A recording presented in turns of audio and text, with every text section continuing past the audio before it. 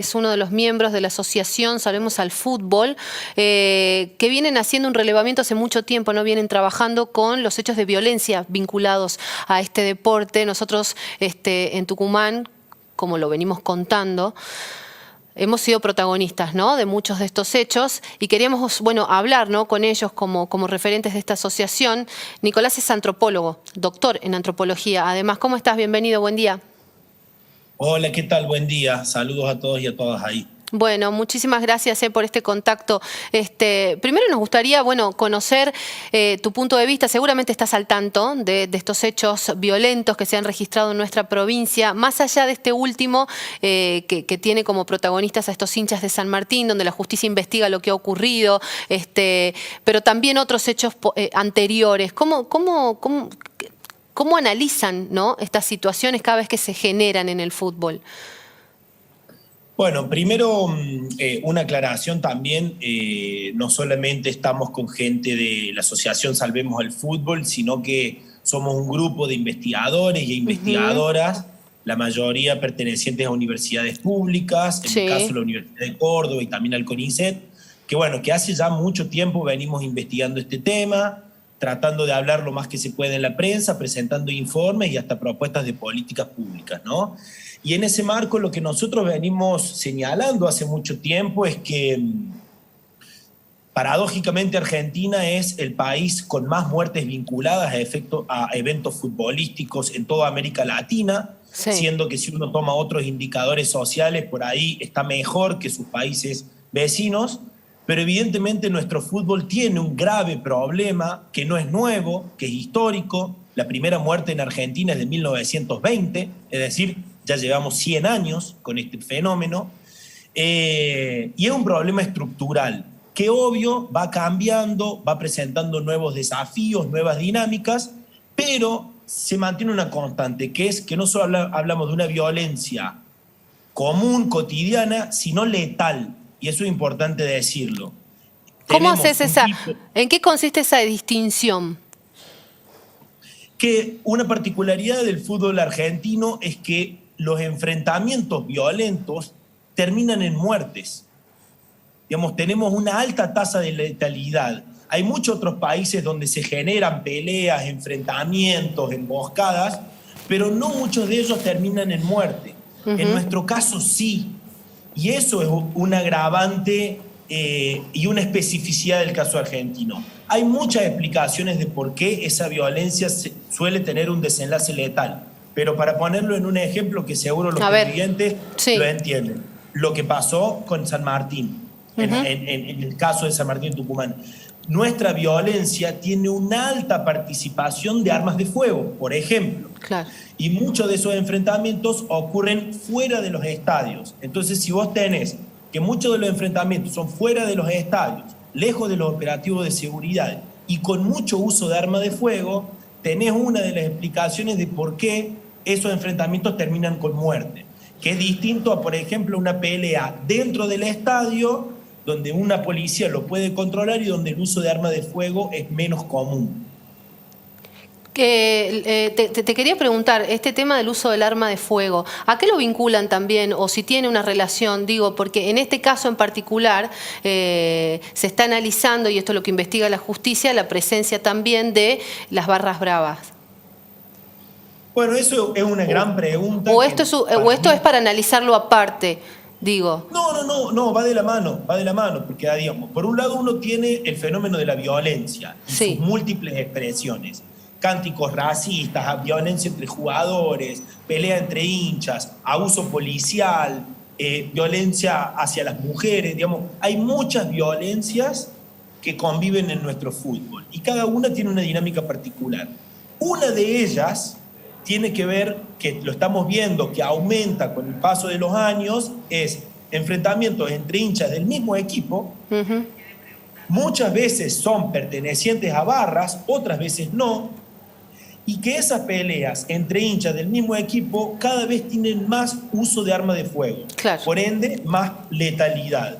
¿Por qué pasa eso? Bueno, hay muchas explicaciones, pero una cuestión que tendría que llamarnos la atención es ¿qué está pasando? Que hay una mayor circulación y una mayor disponibilidad de armas de fuego. Eso ya excede al fútbol, pero tiene que ver con el fútbol. Claro. Tiene que ver con redes delictivas, Sí. tiene que ver con mayor circulación de armas de fuego. Bueno, ahí hay preguntas que hay que responder. Nicolás, buen día, ¿cómo te va? Te quería también consultar acerca, ustedes hicieron varias investigaciones acerca del rol de la seguridad deportiva dentro de lo que es este ambiente de violencia, ¿no? ¿En cuánto tiene que ver la policía o la seguridad de espectáculos deportivos en estas situaciones en las que justamente vos estás hablando? Falta inteligencia para saber que estos violentos tienen armas de fuego, falta inteligencia para saber que se están por pelear. ¿En qué rol está acá qué rol cumple la policía en todo esto? Porque, a ver, lamentablemente siempre no estamos para prevenir, siempre estamos para ya ver cómo solucionamos lo que ya sucedió. Bueno, evidentemente no se puede pensar y discutir la seguridad en ningún espectáculo futbolístico si uno no incluye a la policía, tanto para estudiar como para preguntar como para escuchar qué tienen para decir, qué hay para mejorar. Voy a darte un ejemplo concreto. Nosotros hace algunos años, cuando ocurrió la muerte de Manuel Balbo, que fue un hincha de Belgrano, que mataron propio hincha de Belgrano, de Córdoba, hicimos una encuesta con el club, con los socios, preguntándoles cuál era el actor más violento que ellos percibían en un día de partido y cuál era el momento más violento de un día de cancha. Bien. El 65% de los socios y las socias de Belgrano nos respondió que el actor más violento para ellos era la policía. Mirá. Y que el momento donde más violencia percibían era el ingreso a los estadios. Claro, los cacheos. Exacto, que muchas veces uno sabe que se trata casi como ganado a los hinchas. Entonces, sí, ahí vos tenés un problema. Evidentemente, hay cuestiones de la policía para mejorar. También hay que decir que dependiendo de la provincia, bueno, hay experiencias más exitosas, menos experiencias exitosas. Concretamente en Córdoba, por ejemplo, ahora va a recibir la final de la Copa Sudamericana porque viene teniendo la policía un buen desempeño, claro, recibiendo 2 hinchadas, donde tenemos muchas provincias donde no se puede hacer. Claro. Y digo un dato más, y si quieren me preguntan otra cosa. También es muy difícil para las policías, para los hinchas, cuando uno no tiene una línea política clara a nivel nacional. Claro, que hoy el masculino profesional, sí, vos tenés el campeonato de la A y de la B que se juega sin público visitante. La Copa Internacionales que se juegan con 2 visitantes. Sí. Y la Copa Argentina que se juega con las 2 hinchadas en cancha neutral. Claro. Entonces, no hay una línea clara. ¿Podemos o no podemos jugar con hinchada visitante? Nicolás, te quería hacer una pregunta con respecto y volviendo un poquito a lo que pasó en Tucumán, que es la pregunta que se hizo todo el mundo, que se cuestionó también en distintos ámbitos, y es el hecho de que se haya seguido jugando el partido. O sea, que se haya jugado el partido. Esto ocurrió unas horas antes. ¿Qué opinás vos con respecto a esto? ¿Se hizo bien? ¿Se tomó la decisión correcta? ¿Está mal? ¿Esto naturaliza la violencia? Bueno, yo la verdad que quiero ser prudente porque hay muchos detalles que no conozco, entonces tampoco quiero acusar fácilmente, pero digamos, pensando en abstracto, una muerte tendría que escandalizar y tendría que generar alguna transformación y algún cambio, de lo contrario lo estamos naturalizando. Por más que haya sido afuera del anillo de seguridad, por más que haya sido, se sabe o no si tiene que ver con vinculación directa con la barra o con el club, es un muerto entre hinchas de San Martín de Tucumán, un día de partido, en las proximidades del estadio. Entonces, a simple vista parecería ser una muerte vinculada al fútbol. Y si es una muerte vinculada al fútbol, debería pararse.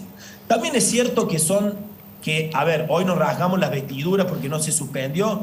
También es cierto que podría haberse suspendido y si no se implementa nada, todo sigue igual, no pasa de un golpe de efecto. Entonces, para mí, ¿tendría que haberse suspendido? Sí, pero si esa medida es aislada y no se toman cartas en el asunto, con una política integral, con una planificación y un cambio de paradigma, porque hasta ahora venimos siempre implementando lo mismo, tampoco hubiese tenido mucho efecto la simple suspensión. Nicolás, sí, hablamos al principio de la entrevista de estas más de 400 muertes vinculadas al fútbol. ¿Fue cambiando, fueron cambiando las formas violentas a lo largo de este registro y cómo estamos hoy parados frente a esto? ¿Hay más muertes todavía Sí. últimamente? Sí, evidentemente, y eso sí es para mí, creo que humildemente uno de los aportes más interesantes que tenemos nosotros es, primero, no solamente mostrar la evolución de esas muertes, si van subiendo, van bajando, aumentan, sino que nosotros nos preguntamos dónde ocurren, cuándo ocurren, cómo ocurren Claro, y claro. entre quiénes ocurren. Y si vos empezás a articular esas variables, encontrás algunas cosas interesantes. Por ejemplo, una de las cosas que encontramos es que en Argentina la prohibición del público visitante existe primero desde el 2010, desde el 2007, después del 2013. Esa prohibición del público visitante, uno de los efectos que generó fue que mientras disminuía la muerte entre hinchas de distintos equipos, aumentaba exponencialmente las muertes entre hinchas del mismo equipo. Lo que pasó acá en Tucumán. Lo que pasó en Tucumán es una tendencia que viene dándose y consolidándose hace por lo menos 15 años. Una de las explicaciones de eso es que evidentemente en nuestra cultura futbolística necesitamos un enemigo. Mucha gente, muchos hinchas necesitan un enemigo con quien enfrentarse, para firmar identidad, para firmar masculinidad, por un montón de motivos. Cuando ese enemigo dejó de estar al frente y con diferentes colores, se lo encontró al costado con los mismos colores. Es interesante eso que planteás, ¿no? Esta idea de encontrar un enemigo. ¿Y qué se Y hace? preocupante también, ¿no? ¿Qué se hace para que no haya esto, digamos? Bueno, evidentemente hay toda una cultura para deconstruir, y me parece que en los medios también es importante reforzar estos mensajes, porque muchas veces se reducen los conflictos de las barras, por ejemplo, a una cuestión de plata, ¿no? De negocio. Bueno, son mafiosos que se pelean por una caja. No digo que eso no pase, pero cuando uno empieza a indagar, la mayoría de las muertes tienen que ver con cuestiones de masculinidad, honra, traiciones, controles territoriales que no necesariamente suponen una economía, odios, rivalidades de familia. Entonces, es mucho más complejo que una mera cuestión de plata, Claro. o económica. Sí. Las personas se pelean por mucha otra cosa más que además de plata, en la vida y en el fútbol. Sí. Y eso tal vez no es una respuesta simple, pero bueno, pero muestra la complejidad del fenómeno. Nicolás, ¿y la provincia de Tucumán, o no, pero decime cuál es para ustedes, según este registro que tiene años, una de la provincia más violenta, donde los hechos se repiten, o con qué lo pueden comparar ustedes? Si hay forma, digo, de hacer un análisis que nos muestre si está situada, ¿no?, la violencia en el fútbol más en un lado o en otro. Bueno, eso es una interesante pregunta porque nosotros lo hemos desagregado tanto por divisiones como por regiones y bueno, habría que actualizarlo, ¿no? Porque es algo cambiante, pero evidentemente los grandes centros urbanos presentan la mayor cantidad de muertes, pero no todos. Por ejemplo, Buenos Aires tiene altos índices, Rosario tiene muchos altos índices, Tucumán tiene altos índices, Santa Fe los tiene y Córdoba no tanto, pero existen cruces provinciales que sí tienen una historia muy violenta. Por ejemplo, Córdoba con Tucumán. En 1984, por ejemplo, hinchas de Belgrano mataron un hincha Atlético Tucumán. Sí. En el 92 o en el 94, hinchas de San Martín mataron hinchas de Talleres. Entonces, muchas veces no tiene tanto que ver con la provincia, sino con los cruces entre equipos de distintas provincias que tienen una larga enemistad.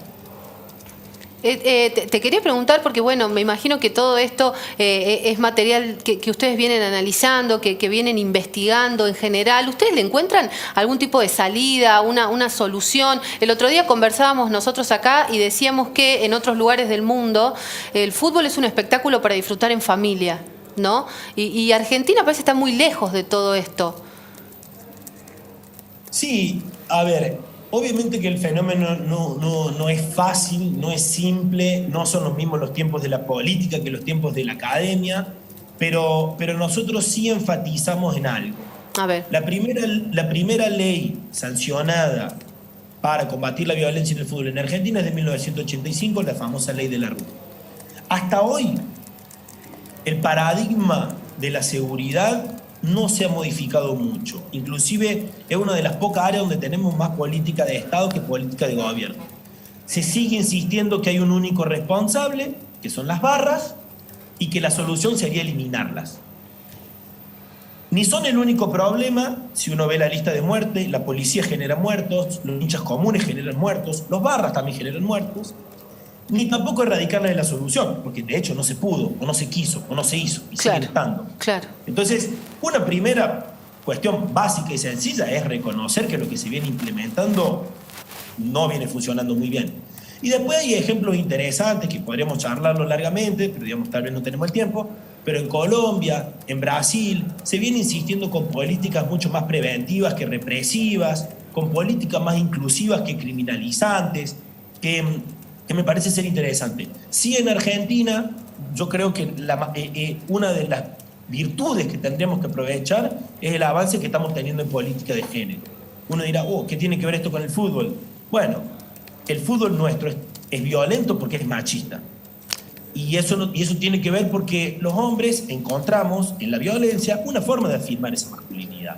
Y eso es algo que puede empezar a deconstruirse teniendo en cuenta ciertas particularidades que está teniendo la sociedad argentina, ¿no?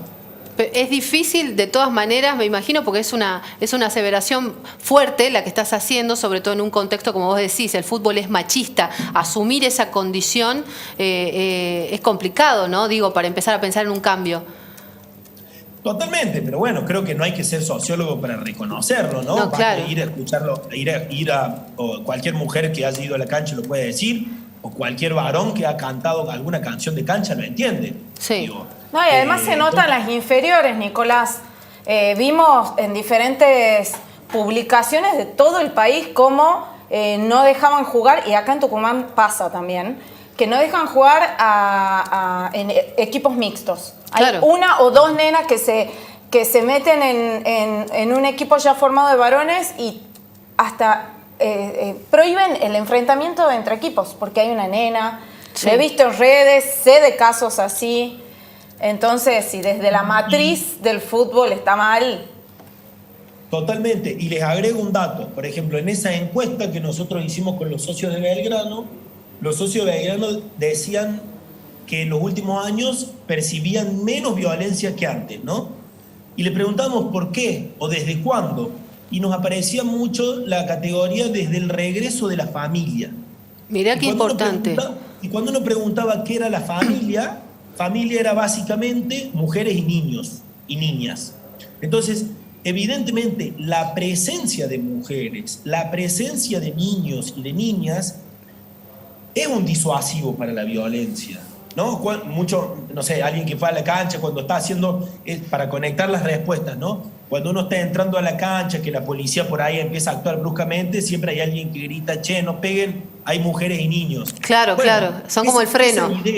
Esa idea de la presencia de mujeres y niños y niñas como un disuasivo de la violencia existe. Entonces, fomentar esas presencias, incluir esos cuerpos, esas personas, yo creo que ayuda, sin duda, no tengo ninguna duda de eso. Nicolás, una preguntita, Caro.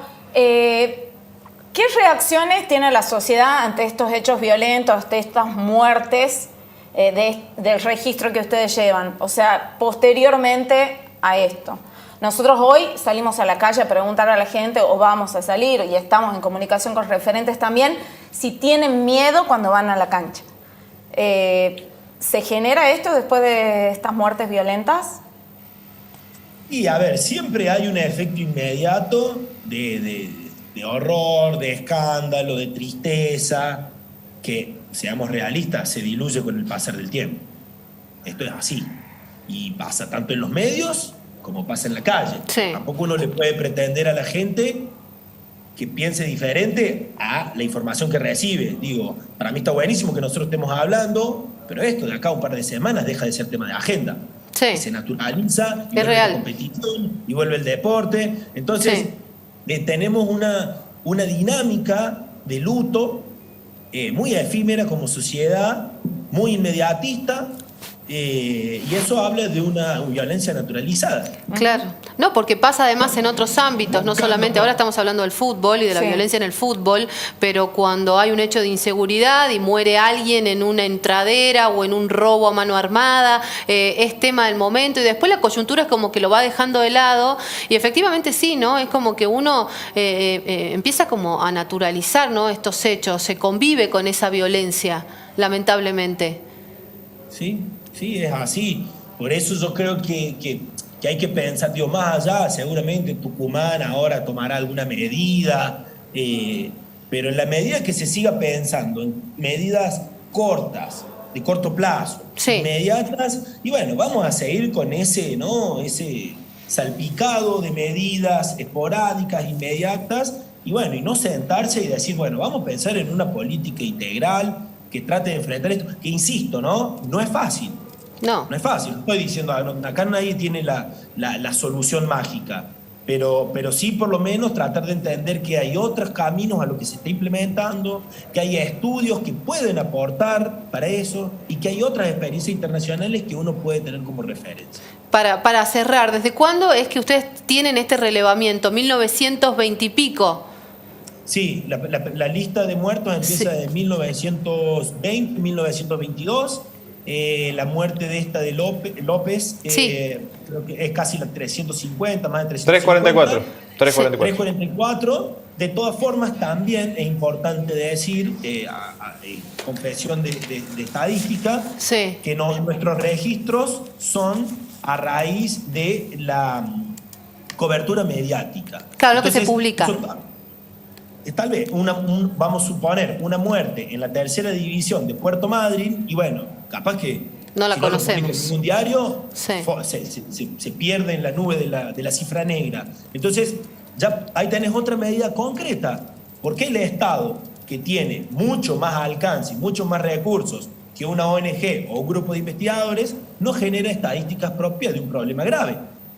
Nosotros no tenemos ninguna estadística. No hay estadísticas. No existe, no hay ninguna. No hay ninguna.